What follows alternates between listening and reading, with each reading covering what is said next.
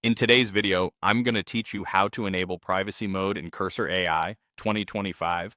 If you're working on sensitive code, client projects, or anything you simply don't want shared or retained, privacy mode is an essential setting to turn on. With this enabled, your code won't be stored or used for training by Cursor or partners like OpenAI, which helps protect your intellectual property and reduce data exposure risk while you work.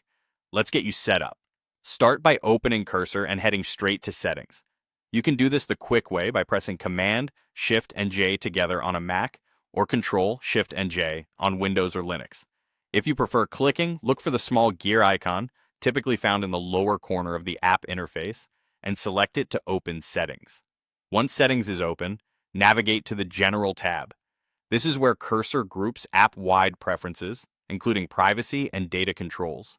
Take a moment to skim the section so you're familiar with what's available. It's helpful to know where things live for future tweaks.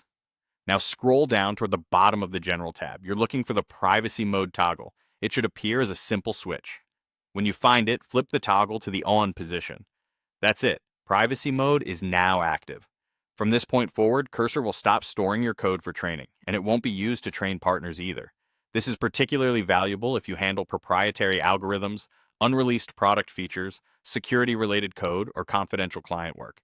Keep in mind that while privacy mode strengthens your data posture within Cursor, it doesn't replace your broader security practices like using private repositories, limiting access, and following your organization's compliance requirements. A couple of quick tips to make this smoother. If you regularly work on sensitive projects, consider keeping privacy mode on by default so you don't have to think about it each time.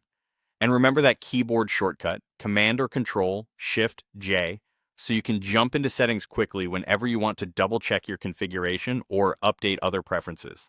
To recap in plain terms, open settings from the gear icon or with the Command or Control, Shift, J shortcut, go to the General tab, scroll to the bottom, find Privacy Mode, and turn it on.